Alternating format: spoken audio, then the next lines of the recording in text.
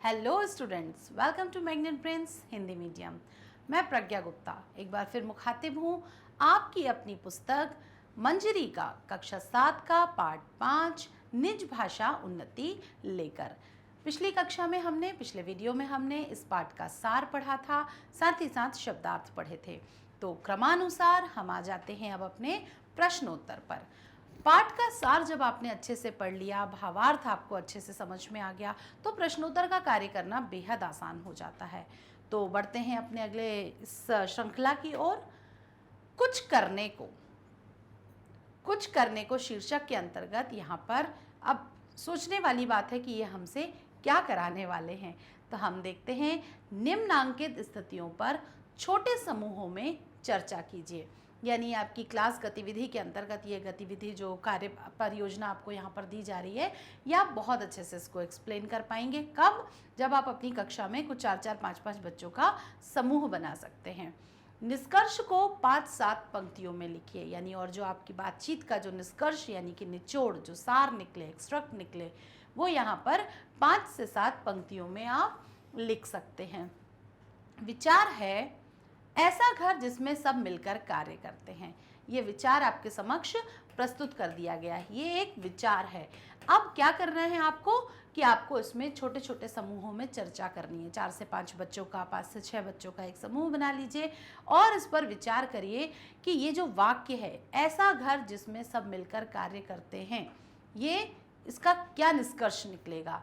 तो वैसे तो ये कार्य आपकी परियोजना के लिए है, आपके सोचने के लिए है, लेकिन चूंकि मैं आपकी मदद करने के लिए हूँ, तो मैं यहाँ पर आपको बताती हूँ कि ये कार्य आप किस प्रकार कर सकते हैं और क्या निष्कर्ष इसका निकलेगा। जब कभी हम घर में आपस में जितने भी सदस्य 4, 5, 6, 7 जितने भी हमारे घर के मेंबर हैं, जब हम सब आपस में मिलजुल कर कार्य करते हैं, ठीक, तो क्या होता है, आपसी प्रेम बना रहेगा। किसी एक पर भी काम का बर्डन नहीं आएगा, बहुत ज़्यादा बोझ नहीं आएगा, काम भी जल्दी निपट जाएगा। कोई भी काम है अगर उसे एक व्यक्ति काफ़ी देर तक करता रहे या काफ़ी सारे लोग मिलकर उसे फटाफट निपटा लें, तो वो जल्दी हो जाएगा। तो सबसे पहले जब हम मिलकर काम करेंगे तो काम भी जल्दी निपट जाएगा। सबके पास आराम के लिए बराबर समय बचेगा, यानी कि वो काम करने के बाद जितने मेंबर, जितने सदस्य परिजन उस कार्य में लगे थे, वो सभी लगभग उस कार्य को समाप्त करने के बाद आराम भी कर सकते हैं। घर के बड़ों को लगेगा कि बच्चे उनकी फिक्र करते हैं, यानी जब आप किसी अपने बड़े के काम में मदद करेंगे तो उनको बड़ी अच्छी फीलिंग आएगी कि अरे वाह, हमारे घर के बच्चे हमारी कितना सोच रखते हैं, हमारे लिए कितनी हेल्प करना चाहते हैं। और अगर बड़े उसमें सपोर्ट कर रहे हैं तो बच्चों को अच्छा लगेगा कि अरे वाह, बड़े हमारा कितना ख्याल रखते हैं, हमारा सहयोग करते हैं। तो आपस में जो प्यार है वो बना रहेगा। फलतः घर में हंसी खुशी का माहौल बन जाएगा, यानी जब इतने अच्छे से कोई कार्य होगा, सब एक दूसरे के बारे में सोच रहे होंगे, तो हंसी खुशी का माहौल तो बनना तय है। तो ये था एक विचार पर जब आपने चर्चाएं की तो क्या निष्कर्ष निकला, वो इस प्रकार है। अब आप इसको या तो इस पैराग्राफ की तरह लिख सकते हैं, या फिर आप इसको 1, 2, 3, 4, 5 पॉइंट्स में भी इसको लिख सकते हैं, जैसा आपकी सुविधा अनुसार आप करना चाहें। दूसरा है ऐसा घर जिसमें फूट हो। तो फूट हमने पढ़ा जिसमें आपसी, जो घर के परिवार के लोग हैं उसमें मतभेद या मनभेद हो, उनके मन एक दूसरे के हिसाब से काम ना कर रहे हो, वो एक दूसरे की किसी चीज़ को पसंद ना कर रहे हो, इस तरीके का भाव होना। यहाँ पर भी जब हम चर्चा करेंगे छोटे समूहों में, किस निष्कर्ष पर आप पहुँचेंगे वो हम यहाँ पर देखते हैं। इसको भी आप पॉइंट्स या पैराग्राफ किसी में भी लिख सकते हैं।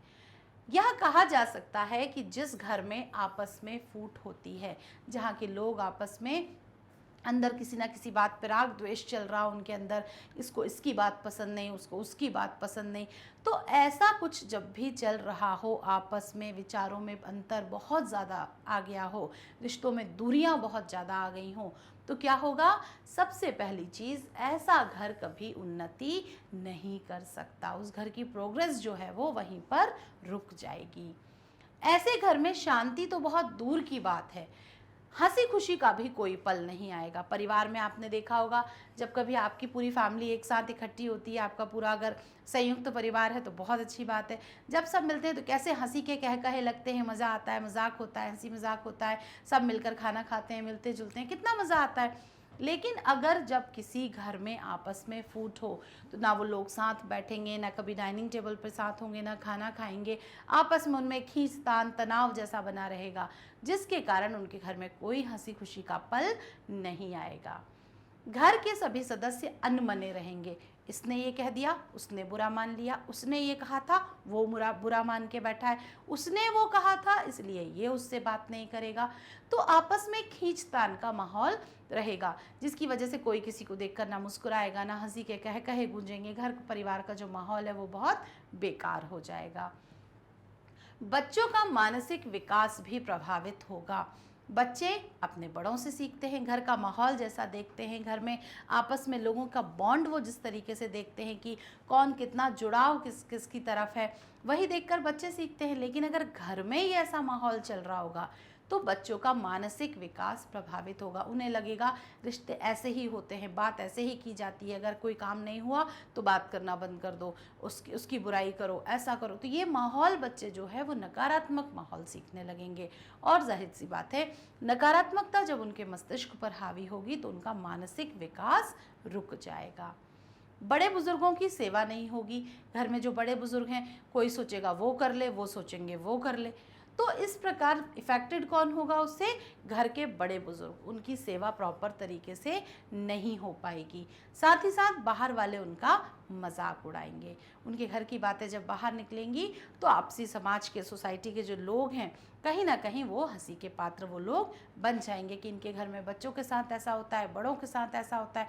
तो चर्चा का विषय वो बने रहेंगे। और लोग, कुछ तो लोग कहेंगे, लोगों का काम है कहना। यानी कोई ना कोई ऐसी बातचीत आपस में घर परिवार की बाहर जाएगी और लोगों को हास पर उपहास बनाने का मौका मिलेगा। दूसरा प्रश्न है, कवि ने फूट के कारण होने वाले विनाश, यहाँ देखिए यही पंक्ति सबसे खास है। फूट के कारण होने वाले विनाश के बारे में यहाँ पर बताया गया है कि कवि ने जो विनाश होता है फूट से, आपसी मनभेद मतभेद से, आपसी, तो क्या उसका कारण होता है। और साथ में बहुत सारे यहाँ पर एग्जाम्पल दिए हैं कि जब जब कहीं पर फूट हुई है क्या उसका नतीजा निकला है, क्या नतीजा, क्या उसका परिणाम निकला है, वो यहाँ पर आपको बताया जाएगा। ठीक है, तो यहाँ पर हम बात करेंगे नतीजे की या परिणाम की। ठीक है, क्या परिणाम निकलेगा। पहला आपको दिया है, रावण और विभीषण की फूट के कारण लंका का नाश। अभी हमने बहुत कम शब्दों में इसकी चर्चा की थी। यहाँ पर आपको पूरा का पूरा एक पैराग्राफ दिया हुआ है इस पर विचार करने के लिए। रावण और विभीषण की फूट के कारण लंका का नाश हुआ था। कैसे हुआ था? जब उनके दोनों के विचारों में, बहुत संस्कारों और विचारों में, दोनों में बहुत अंतर था। विभीषण जो था वो धर्मपरायण नीति पर चलने वाला था। रावण भी बहुत विद्वान था, लेकिन कहीं ना कहीं उसने अपनी बदलती मानसिक स्थिति के कारण जो किया, यानी कि रावण को अपनी शक्ति पर बहुत घमंड था। पहली चीज़ तो घमंड होना ही कहीं ना कहीं आपको पतन के रास्ते पर ले जाता है। उसने सीता का हरण धोखे से कर लिया, तो धोखा देना भी आपको पतन के रास्ते पर ले जाता है। अतः रावण को व्यभिचारी भी कहा जा सकता है। परंतु इसके विपरीत जो हमारे विभीषण थे वो धार्मिक प्रवृत्ति के और चरित्रवान व्यक्ति थे।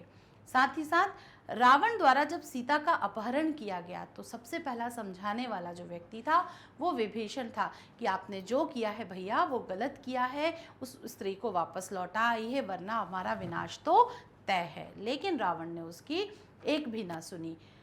वह हमेशा कार्यनीति और मर्यादा के विरुद्ध था। कौन? रावण। और जो हमारा विभीषण जी थे वो क्या करते थे? हर काम को धर्मपरायणता, नीति और मर्यादा के साथ करते थे।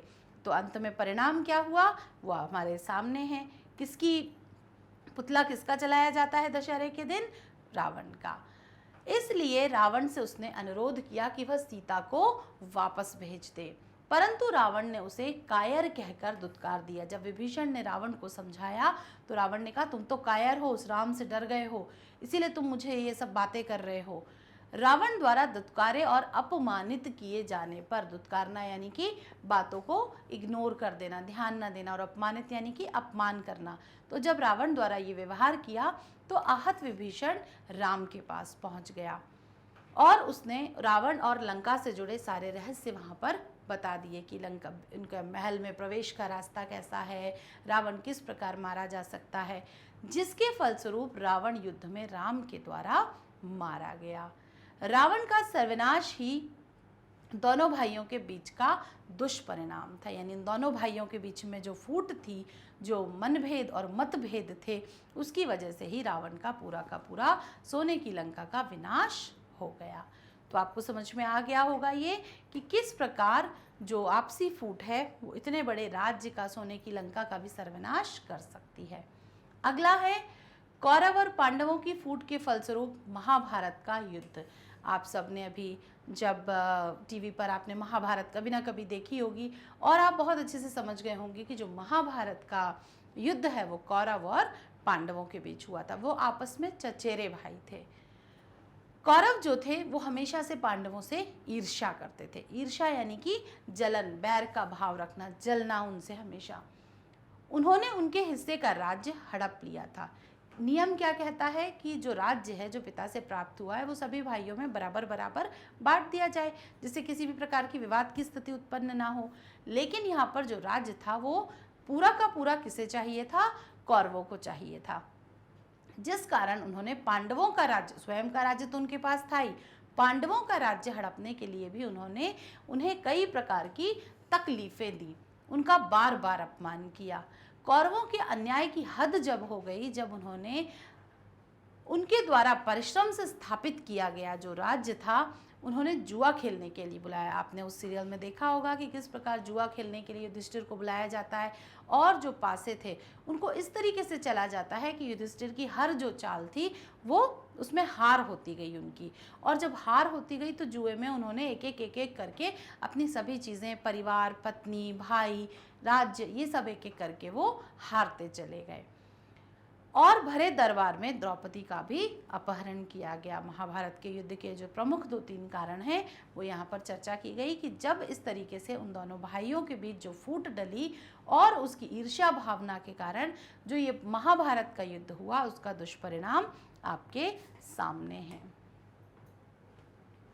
फलस्वरूप यानी जब उनके युद्ध हुए, कौरवों और पांडवों के बीच कुरुक्षेत्र में महाभारत का युद्ध लड़ा गया था, जिसके फलस्वरूप दोनों साइड के अनेक शूरवीर जो लोग थे सैनिकों के रूप में, वो मारे गए। अंततः दुर्योधन भी मारा गया। उसके सारे सगे संबंधी और भाई तो पहले ही मारे जा चुके थे, यानी एक एक करके उसके सभी भाइयों का वध उस युद्ध भूमि में हो गया। धृतराष्ट्र और गांधारी के अलावा कुरुवंश में कोई भी ना बचा, यानी सिर्फ उनके माता पिता बचे थे, जो कि दोनों ही धृतराष्ट्र जो थे वो तो अंधे ही थे, लेकिन गांधारी ने भी आंखों पे पट्टी बांध रखी थी, तो बस वो दोनों ही बचे हुए थे। कौरवों का सर्वनाश तो इस युद्ध का दुष्परिणाम ही था, यानी कि अगर वो समझ जाते, समय पर उनका राज्य वापस दे देते, आपस में शांति व्यवस्था बनाए रखते, दोनों अपने अपने राज्य का उपभोग करते और शांति से रहते, जीवन का आनंद लेते, बजाय इसके उन्होंने खुद का राज्य तो मिला ही मिला, दूसरे का भी हड़पना चाहा, तो क्या हुआ?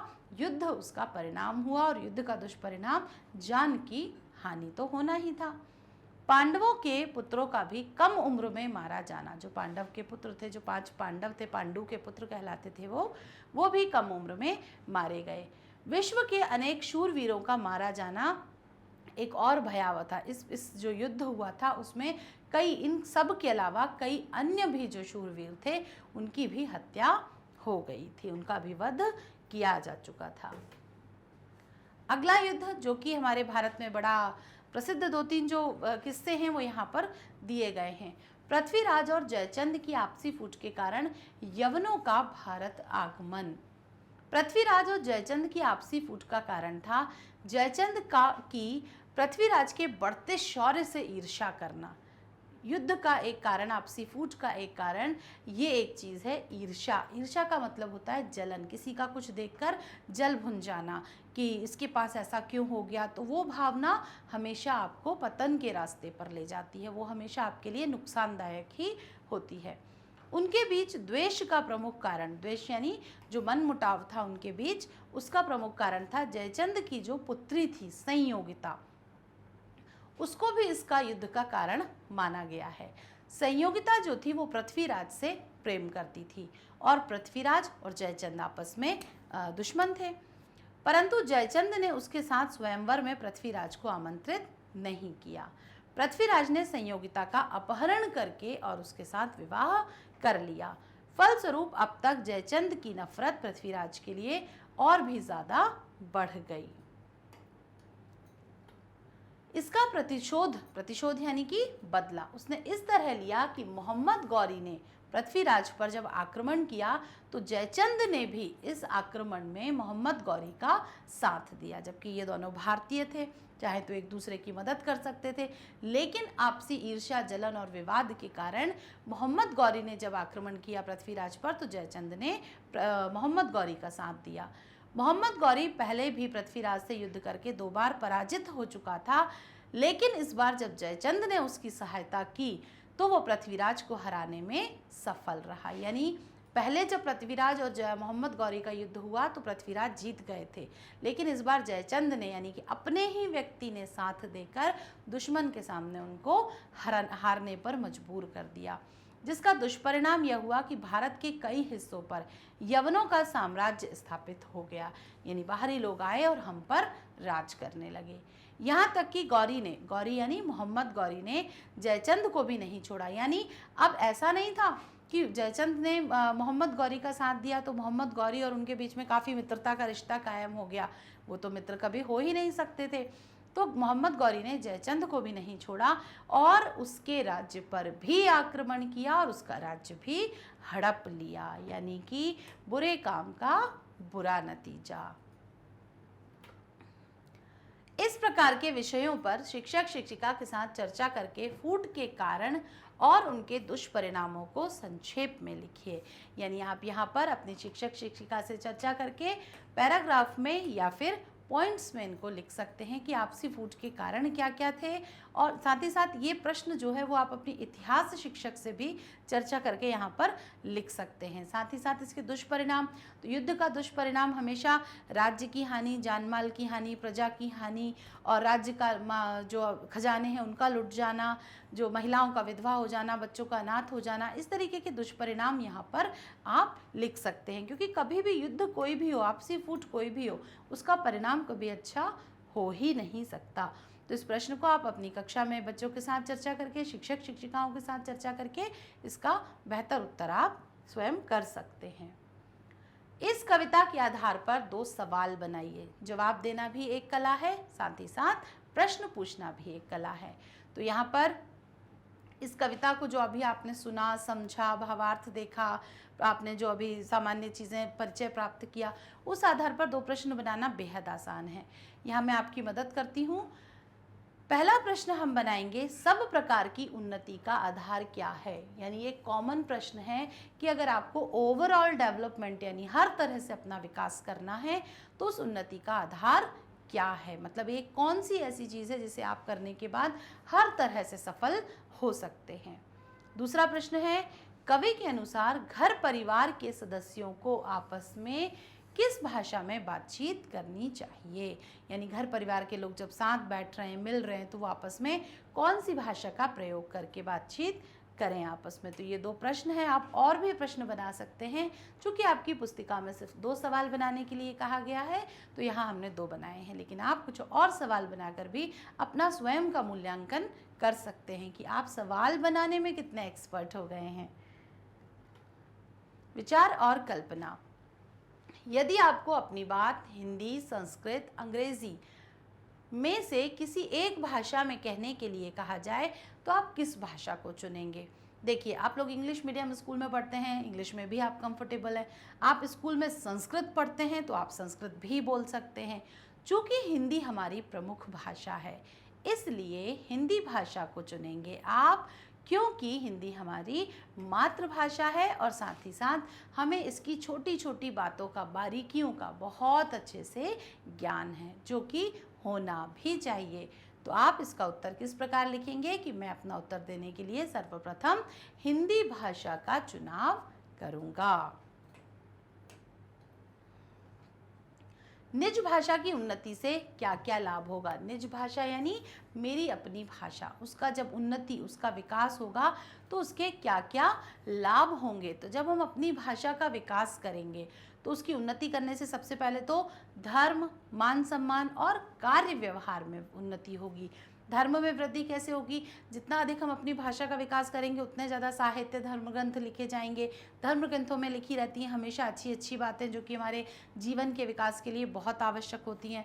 तो धर्म का विकास करने से भी समाज का विकास होगा, समाज का कल्याण होगा। मान सम्मान में यानी हम जब एक दूसरे की बात को अच्छी तरह समझेंगे, विचार संप्रेषण अच्छा कर पाएंगे तो एक दूसरे को मान सम्मान देने में भी कोई कमी नहीं आएगी। साथ ही साथ कार्य व्यवहार, सहयोग की भावना स्थापित होगी, सभी लोग एक दूसरे को सहयोग करेंगे। आवश्यकता पड़ने पर अपनी भाषा के माध्यम से सहायता आसानी से मांगी जा सकती है, सहायता आसानी से की जा सकती है। अपने कार्यस्थल पर जो किए जाने वाले कार्य हैं, सरकारी काम, दस्तावेजों के काम, ऑफिस के काम जो भी हैं, वो बहुत अच्छे से किए जा सकते हैं और साथ ही साथ वो दूसरे को भी अच्छे से समझ में आएंगे।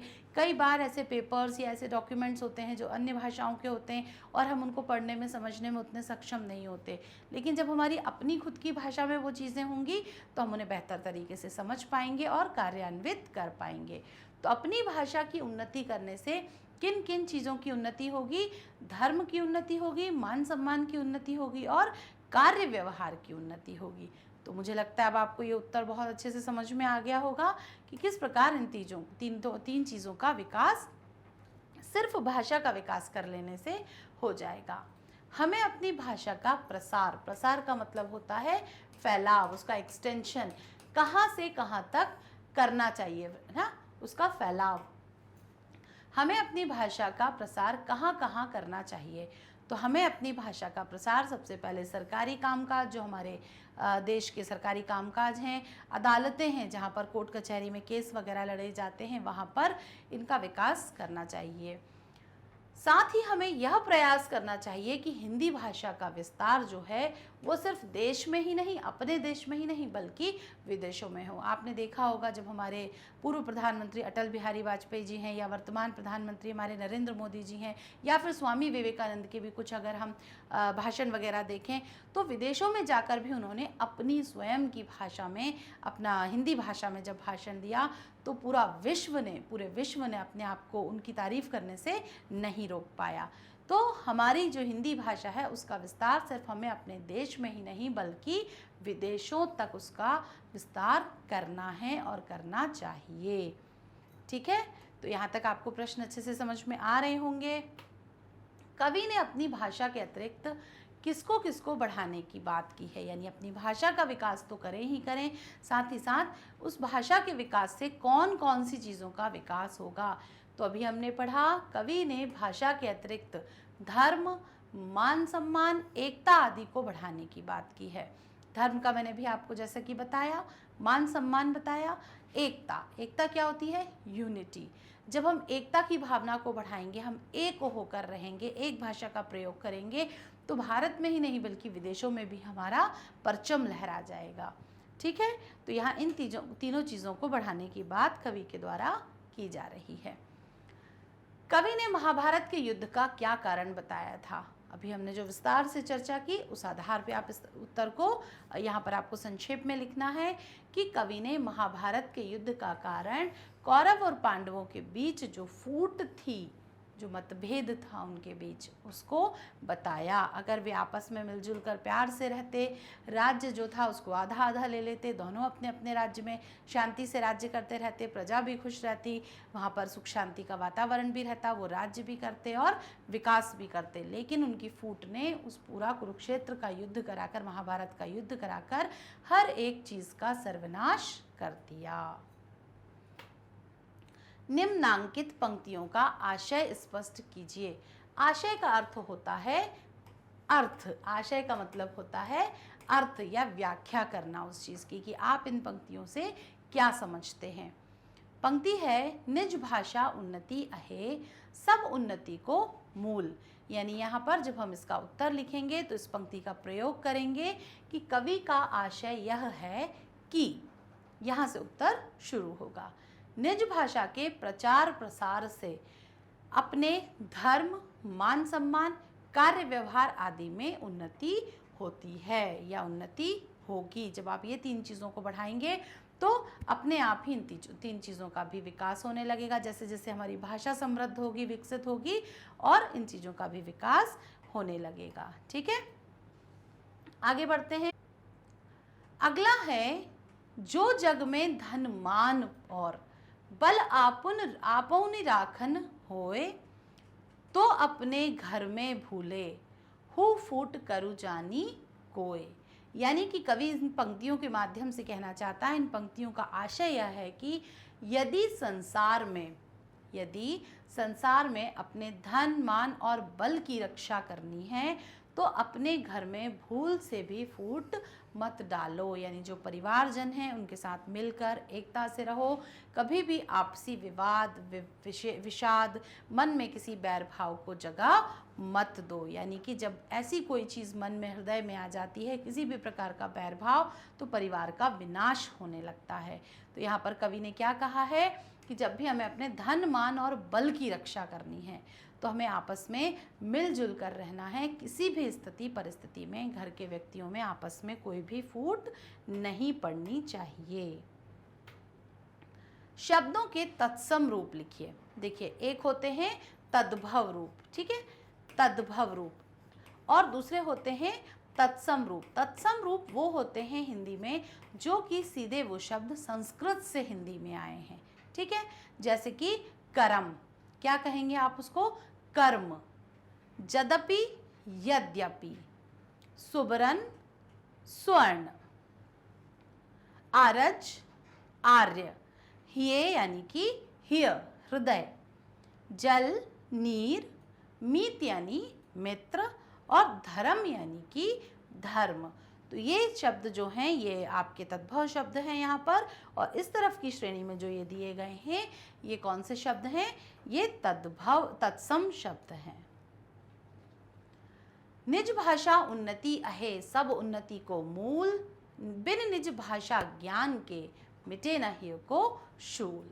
प्रश्न पूछा गया है, उपर्युक्त पंक्तियों में आए हुए मूल और शब्द शूल तुकांत शब्द हैं। जो आप राइमिंग वर्ड्स पढ़ते हैं इंग्लिश में, वही हिंदी में होते हैं तुकांत। तुकांत का अर्थ होता है तुक, धन, अंत, जिनका अंतिम जो उच्चारण है वो एक जैसा होता है। जैसे यहाँ मूल, शूल, है ना, इस तरीके का।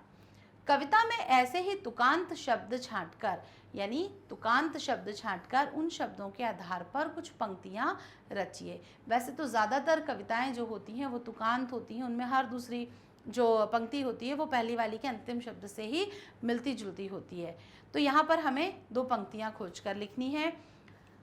आ गए वे परदेश से अजब अनोखी बात, मेरे लिए तो आ गई आज दिवाली रात। तो यहाँ देखिए, बात और रात ये दोनों तुकांत शब्द हैं। तुकांत यानी इन दोनों का जो तुक का अंत है वो लगभग एक जैसा हो रहा है। इस कविता से मैंने सीखा। हमने बहुत सारी चीज़ें, बहुत सारी बातें इस कविता के दौरान पढ़ी, इसके भावार्थ के दौरान पढ़ी। अब ये प्रश्न जो है वो आपको लिखना है कि इस कविता से आपने क्या क्या सीखा। तो आप यहाँ पर लिख सकते हैं, इस कविता से मैंने निम्नलिखित बातें सीखी, और फिर ये लिखने के बाद आप पॉइंट्स में इनके उत्तर लिख सकते हैं। कुछ एक चीज़ें आप कमेंट बॉक्स में भी मुझसे बात करने के दौरान मुझे बता सकते हैं कि आपने क्या सीखा कि हमें अपनी भाषा का सम्मान करना चाहिए, अपनी भाषा को समृद्ध और विकसित करने के लिए बहुत अधिक प्रयास करने चाहिए, अपनी भाषा का प्रयोग घर, परिवार, मित्रों से आपस में बातचीत करते समय करना चाहिए, अधिकतम सरकारी कामकाज और अदालती कामकाज जो होते हैं संपर्क भाषा के रूप में अपनी स्वयं की भाषा का प्रयोग करना चाहिए। ये तो प्रमुख बातें थी। फिर साथ ही साथ इस कविता से मैंने ये भी सीखा कि परिवार के लोगों को आपस में मिलजुल कर रहना चाहिए। कभी भी कोई मनभेद या मतभेद अपने आपसी नहीं होने चाहिए। जो भी परिवार के लोग हैं उन्हें एक दूसरे से स्नेह प्रेम करना चाहिए, सहयोग की भावना रखनी चाहिए। किसी भी प्रकार की समस्या का निराकरण जो है वो बैठकर निकाल लेना चाहिए, समाधान ढूंढना चाहिए, ना कि समस्याओं को बढ़ाना चाहिए। तो आपने इस कविता से जो भी चीज़ें सीखी हैं वो सब जीवन मूल्य हैं, यानी कि आप उसको सिर्फ एक पाठ समझ के ना पढ़ें। जब आप उनको अपनी रियल लाइफ में, अपनी वास्तविक ज़िंदगी में उसको अप्लाई करेंगे, उनका प्रयोग करेंगे, तो निश्चित रूप से आप सफल होंगे। और आपको सफल होने से, एक बेहतर इंसान बनने से कोई नहीं रोक सकता। तो आप इस कविता से जो आपने सीखा अपने स्वयं के शब्दों में लिखें। नहीं आने पर आप कमेंट सेक्शन में मुझसे पूछ सकते हैं, मैं हर हाल में आपकी मदद करूंगी। अब मैं करूंगा या करूंगी, यहाँ पर भी आपको अपनी जो भी आप बालक या बालिका जो भी हैं उसके अनुसार आप यहाँ पर अपना उत्तर लिखेंगे कि अब मैं ये करूंगी और ये चीज़ अब मुझे जीवन में इस कविता को सीखने के बाद मैंने अपनाई है। तो आप यहाँ पर पॉइंट्स में 1 2 3 4 5 वापस लिखकर और लिख सकते हैं कि अब मैं अपनी भाषा का सबसे अच्छा हिंदी भाषा में बात करूँगा या करूँगी। साथ ही साथ हिंदी भाषा में भी एक होती है हिंदी भाषा, एक होती है साहित्यिक हिंदी, मानक हिंदी। तो मानक हिंदी के शब्दों का प्रयोग करूँगी, यानी अच्छी हिंदी बोलना, व्यवस्थित साहित्यिक हिंदी बोलने का प्रयास करूँगी। अधिकतम हिंदी भाषा के विकास के लिए नए नए शब्द स्वयं सीखूंगी या सीखूंगा और उनको दूसरों को भी बताऊंगा। अपनी भाषा के विकास के लिए अपने स्कूल स्तर पर, फिर अपने प्रदेश स्तर पर, फिर राज्य स्तर पर, फिर राष्ट्र स्तर पर अपनी भाषा को समृद्ध करने का प्रयास करूंगा या करूंगी। तो आप इस तरीके से यहाँ पर बहुत सारे जो संकल्प आपने इस पाठ को लेकर लिए हैं उनको यहाँ पर आप निरूपित कर सकते हैं। पाठ हमने पढ़ा, बहुत सारी नई नई चीज़ें हमने सीखी, कुछ 2 प्रश्न हमने एज ए होमवर्क भी हमने लिख लिए हैं। अब आप उनको हल करें, उनके बारे में मुझसे ज़रूर बात करें कि इस पाठ को सीखने के बाद आपने क्या क्या नया सीखा, और मुझे आप अपने अनुभव ज़रूर बताएं कि इस पाठ को पढ़ने के बाद आपने कैसा महसूस किया, अपने भाषा पर, ज्ञान पर गर्व हुआ या नहीं। तो इस बारे में चर्चा ज़रूर करें। साथ ही साथ मैग्नेट ब्रेन्स पर जो आपकी कक्षा 6 से लेके 12वीं तक के जो अलग अलग विषयों के वीडियोज़ हैं वो अपनी रुचि, आयु, कक्षा के अनुसार ज़रूर देखें, क्योंकि मैग्नेट ब्रेन्स आपके लिए सिर्फ इतना ही नहीं बल्कि लेकर आया है Hindi medium, CBSE Hindi medium, English medium, MP board, UP board, Bihar board, साथ ही साथ एनटीएससी, ओलंपियाड, सीयूईटी और स्पोकन इंग्लिश भी। तो आप अपनी भाषा को समृद्ध करने के साथ साथ इन सारी चीज़ों से हमसे जुड़े रहिए। हम आपसे वादा करते हैं कि आपको आपका विकास करते हुए, आपका सर्वांगीण विकास करते हुए आपको सफलता तक पहुंचाने में ज़रूर मदद करेंगे।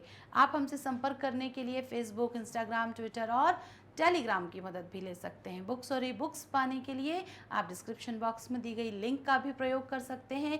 लिंक ओपन करते ही गूगल फॉर्म ओपन होगा, गूगल फॉर्म को फिल करते ही टीम आपसे संपर्क करेगी। तो आप देखते रहिए मैग्नेट ब्रेन्स के वीडियोस, अपना विकास करते रहिए और मुझसे मिलने का कीजिए इंतज़ार। अगले वीडियो में अगला पार्ट लेकर मैं बहुत जल्दी आऊँगी। तब तक के लिए अपना ख्याल रखें। Bye bye.